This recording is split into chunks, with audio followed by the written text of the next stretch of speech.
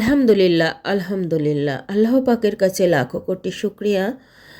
মাহে রমজানের আজ 10 দিনের রহমতের দিন শেষ হয়ে গেল।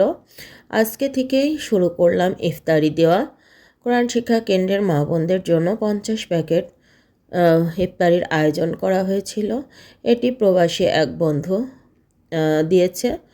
তো ওই বন্ধু প্রতিবারই দেয়, আজকেও দিয়েছে। তো সবার তার জন্য দোয়া করবেন যেন তার পরিবার নিয়ে সুস্থ থাকে। এভাবে আমার পাশে যারা থাকে সবার জন্য দোয়া করবেন, সারা দেশবাসীর জন্য দোয়া করবেন, যে যেখানে আছে সবাই যেন ভালো থাকে। আর আমাদের জন্য একটু দোয়া করবেন যেন আমরা সুস্থ থাকি, যেহেতু আমার কোরআন শিক্ষা কেন্দ্রের মেয়ে হাফেজার মেয়ে ব্রেন টিউমারে আক্রান্ত।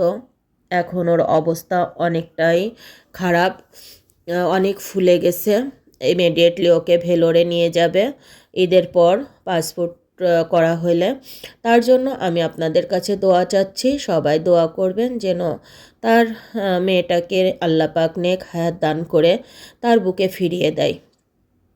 আসলে এমন একটা রোগ হয়েছে, দোয়া চাওয়া ছাড়া কিচ্ছু করার নাই। আর অর্থের দরকার এখন। সবাই ভালো থাকবেন। আল্লাহ হাফেজ।